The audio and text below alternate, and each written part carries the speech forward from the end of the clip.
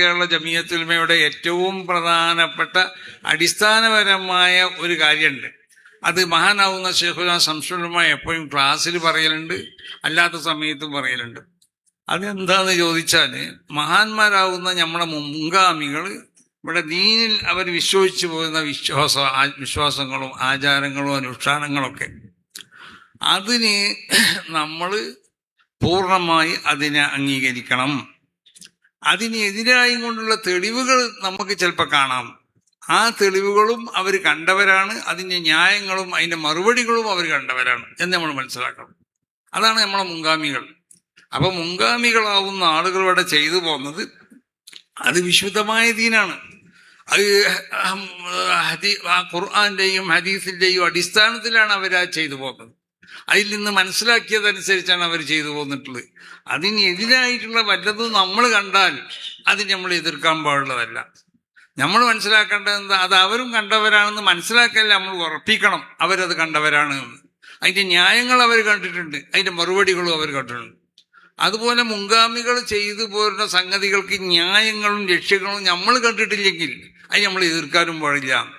ഇത് സമസ്ത കേരള ജമിയത്തുൽ ഉലമയുടെ ഏറ്റവും പ്രധാനപ്പെട്ട ഒരു തത്വവും നിലപാടും ഒക്കെയാണ് അത്. അപ്പം അതനുസരിച്ചാവണം നമ്മുടെ വിദ്യാഭ്യാസ സംവിധാനങ്ങളൊക്കെ നമ്മൾ കൊണ്ടുപോകേണ്ടത്. കുട്ടികളൊക്കെ പഠിച്ചു നോക്കുമ്പോൾ ചില കുട്ടികൾക്ക് തോന്നും അത് ശരിയല്ല, അത് ശരിയല്ല എന്നൊക്കെ. അതിനെതിരിൽ ഇങ്ങനെ ഉണ്ടല്ലോ. ഈ എതിരിലുള്ളത് കണ്ടവരെയാണ് മഹാന്മാരാവുന്ന നമ്മുടെ മശായിഖന്മാർ, നമ്മുടെ ഉസ്താദന്മാരൊക്കെ. അപ്പൊ അവര് അതിന് മറുപടിയും പറഞ്ഞിട്ടുണ്ട്. ഇപ്പൊ ഇമാം ഷാഫി തങ്ങൾ പറഞ്ഞു, ഇതാ സഹൽ ഹദീസ് പോവും മദ്ഹബീത. ഹദീസ് സഹിയായി വന്നാൽ അത് എൻ്റെ മദ്ഹബാണ്, എൻ്റെ വാക്കിനെ ഉപേക്ഷിച്ചോളി എന്ന് പറഞ്ഞാൽ അതിൻ്റെ അർത്ഥം സഹിയായ ഹദീസിന്റെ മേലിൽ മാത്രമേ എൻ്റെ മദ്ഹബിനെ ഞാൻ എന്താക്കിയിട്ടുള്ളൂ, അതിന് ഞാൻ അടിത്തറയിട്ടിട്ടുള്ളൂ. സഹിയായതല്ലാത്ത ഒന്നും എൻ്റെ മദ്ഹബിൽ ഒരു ഹദീസിലെയും ഞാൻ എന്തായിട്ടില്ല, ഒരു ഹദീസിന്റെ മേലിലും ഏതെങ്കിലും ഒരു മസലകൾ ഞാൻ പറഞ്ഞിട്ടില്ല. അതുകൊണ്ട് എനിക്ക് ധൈര്യത്തിൽ പറയാൻ കഴിയും, ഇതാ സഹൽ ഹദീസു ഫഹുവ മദ്ഹബി, അതാണ് എൻ്റെ മദ്ഹബ്. ഏത് ഹദീസുകളും നിങ്ങളെടുത്ത് വേറൊരു ഹദീസ് സഹിയായതായിട്ടുള്ളത് കൊണ്ടുവരുന്ന അതിൻ്റെ അർത്ഥം കൊടുക്കുകയാണെങ്കിൽ അതുകൊണ്ട് എന്തുകൊണ്ട് ഞാൻ പറഞ്ഞില്ല എന്നുള്ളത് ഞാൻ നിങ്ങൾക്ക് പറഞ്ഞ് മനസ്സിലാക്കി തരും. നേരെ മറിച്ച് അതുകൊണ്ടും പറയേണ്ടതാണെങ്കിൽ ഒത്തുറുക്കു കൗലീത, എൻ്റെ വാക്കുകൾ ഉപേക്ഷിച്ചോളി, അങ്ങനെ ഉപേക്ഷിക്കപ്പെടേണ്ടതായ ഒന്നില്ല എന്ന് ധൈര്യസമേതം ഇമാം ഷാഫി തങ്ങൾ പറയാൻ കാരണം എന്താ? എല്ലാ ഹദീസുകളും ബഹുമാനപ്പെട്ടവർ കണ്ടിട്ടുണ്ട്. അങ്ങനെ കണ്ട് ഇനി വല്ലതും സഹിയായിട്ട് വല്ലതും നിങ്ങൾ കൊണ്ടുവരികയാണെങ്കിൽ ആ ഹദീസിലേക്കുള്ളതായ അതും ഞാൻ കണ്ടത് തന്നെയാണ്, അതിന്റെ മറുപടിൻ്റെ അടുത്തുണ്ട് എന്നാണ് പറഞ്ഞതിൻ്റെ അർത്ഥം. അപ്പൊ അതുകൊണ്ട് മുൻഗാമികൾക്കുള്ളതായ ആ നിലപാടുകളും അവർക്കുള്ളതായ ആ പാരമ്പര്യമൊക്കെ അത് വിശുദ്ധമായ പാരമ്പര്യമാണ്. ആ പാരമ്പര്യത്തിൽ ഉറച്ചു കൊണ്ടിട്ട് സമസ്ത കേരള ജമിയത്തുൽ ഉലമ എന്ന് പറഞ്ഞ ഈ പ്രസ്ഥാനം ഇത് മറ്റ് ഭൗതികമാവുന്ന എന്തെങ്കിലും കാര്യങ്ങൾക്ക് വേണ്ടി പ്രവർത്തിക്കുന്ന ഒരു സംഘടനയല്ല. ജനങ്ങൾ ആത്മീയമായ ഉയർച്ചയ്ക്ക് വേണ്ടിയാണ് ഇത് പ്രവർത്തിക്കുന്നത്. ഈ സംഘടനയുടെ പിന്നിൽ ആ നിൽക്കുള്ള ഉയർച്ചയും വളർച്ചയും ഒക്കെ ആവശ്യമുള്ള ആളുകൾ അതിൻ്റെ പിന്നിൽ ഉറച്ചു നിൽക്കുക, അതിനു വേണ്ടി പ്രവർത്തിക്കുക, അതിൻ്റെ സംവിധാനങ്ങൾക്കൊക്കെ പിന്തുണ നൽകുക. അതിൻ്റെ പത്രമാണ് സുപ്രഭാതം. ആ സുപ്രഭാതത്തിൻ്റെ ക്യാമ്പയിൻ നടന്നുകൊണ്ടിരിക്കുകയാണ്. അതോടൊക്കെ എല്ലാവരും സഹകരിക്കുക.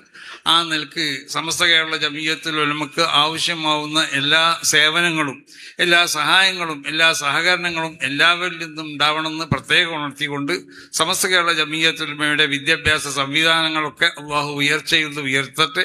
പ്രത്യേകിച്ച് ഇവിടെ നിന്ന് തുടക്കം കുറിക്കപ്പെട്ട ഈ ഫളീല എന്ന ഈ സംവിധാനം, സഹാബത്തിൽ നിന്നുള്ള പലരും പല വിഷയങ്ങൾ ചോദിച്ച് പഠിക്കാൻ വേണ്ടി മഹദി ആയിഷ റളിയല്ലാഹു തആല അൻഹ, ഹഫ്സ റളിയല്ലാഹു തആല അൻഹ, അങ്ങനത്തെ എല്ലാ ബീവിമാരോടും അവർ ചോദിച്ച് പഠിക്കാറുണ്ട്. അപ്പൊ സ്ത്രീ വിദ്യാഭ്യാസം എന്നുള്ളത് അത് ഇസ്ലാം അംഗീകരിക്കുകയും പ്രോത്സാഹിപ്പിക്കുകയൊക്കെ ചെയ്യണ ഒന്ന് തന്നെയാണ്. പക്ഷേ സ്ത്രീ വിദ്യാഭ്യാസത്തിന് ചില മാനദണ്ഡങ്ങളും അതിർവരമ്പുകളൊക്കെ ഉണ്ട്. അതെന്താന്ന് ചോദിച്ചാൽ, സ്ത്രീയുടെ മാന്യത സംരക്ഷിക്കപ്പെടണം എപ്പോഴും. അവളുടെ സുരക്ഷിതത്വം അത് എപ്പോഴും അതും സംരക്ഷിക്കപ്പെടേണ്ടതാണ്. അപ്പൊ അവളുടെ മാന്യതയും സുരക്ഷിതത്വമൊക്കെ സംരക്ഷിക്കപ്പെട്ടുകൊണ്ടിട്ട് അതാണ് സമസ്ത കേരള ജമിയത്തുൽ ഉലമയോട് ബന്ധപ്പെട്ട ഒരു വിദ്യാഭ്യാസ സ്ഥാപനം സ്ഥാപിക്കുമ്പോൾ അതിന് ഇന്ന മതിലുകൾ വേണമെന്നൊക്കെ ഉണ്ട്. സ്ത്രീകളവിടെ താമസിച്ച് പഠിക്കുകയാണെങ്കിൽ അവർക്ക് ഇന്ന സൗകര്യങ്ങൾ ഉണ്ടാവണം. അവിടെ ഇന്ന കാര്യങ്ങൾ നിർബന്ധമായും കൊണ്ട് ഏർപ്പെടുത്തണം. കാരണം എന്തുകൊണ്ട്? ഒരിക്കലും സ്ത്രീനെ സംബന്ധിച്ചിടത്തോളം അവൾക്ക് അവളെ പരിപൂർണമായി സംരക്ഷിക്കേണ്ട ഉത്തരവാദിത്തം പുരുഷന്മാർക്കുണ്ട്. ഒരു സ്ത്രീയെ സംബന്ധിച്ചിടത്തോളം ഒരു പോറലും ഏൽക്കാതെ അവരെ പരിപൂർണമായി സംരക്ഷിക്കേണ്ടത് പുരുഷന്മാരാണ്.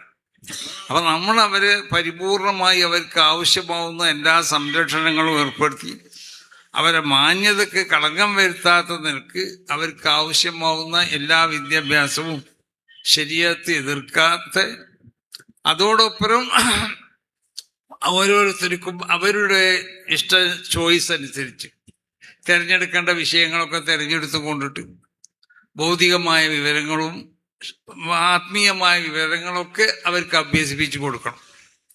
പക്ഷെ ഇതിനൊക്കെ എപ്പോഴും അടിസ്ഥാനപരമായി ഉണ്ടാവേണ്ടത് എന്താണെന്ന് ചോദിച്ചാൽ തഖ്വയിൽ അധിഷ്ഠിതമായ സ്വഭാവമാണ് ആദ്യം പഠിപ്പിക്കേണ്ടത്.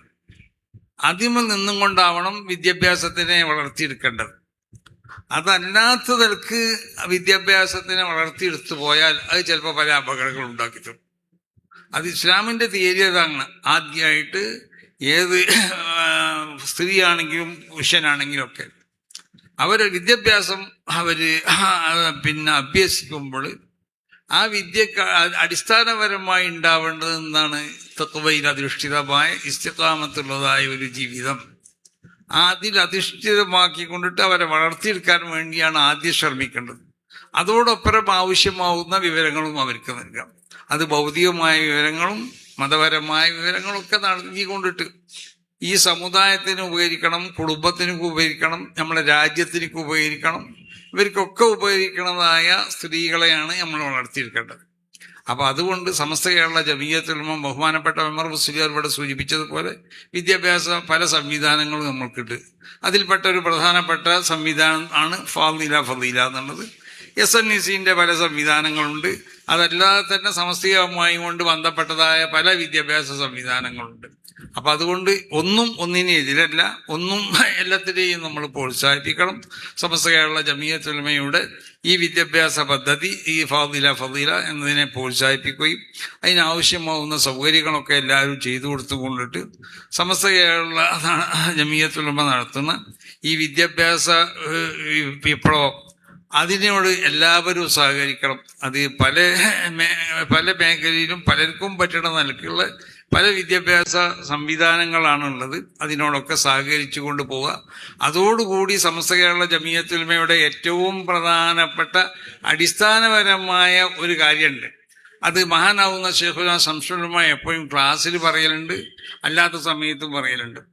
അതെന്താന്ന് ചോദിച്ചാൽ, മഹാന്മാരാവുന്ന നമ്മുടെ മുൻഗാമികൾ ഇവിടെ ദീനിൽ അവർ വിശ്വസിച്ചു പോകുന്ന വിശ്വാസങ്ങളും ആചാരങ്ങളും അനുഷ്ഠാനങ്ങളൊക്കെ അതിന് നമ്മൾ പൂർണ്ണമായി അതിനെ അംഗീകരിക്കണം.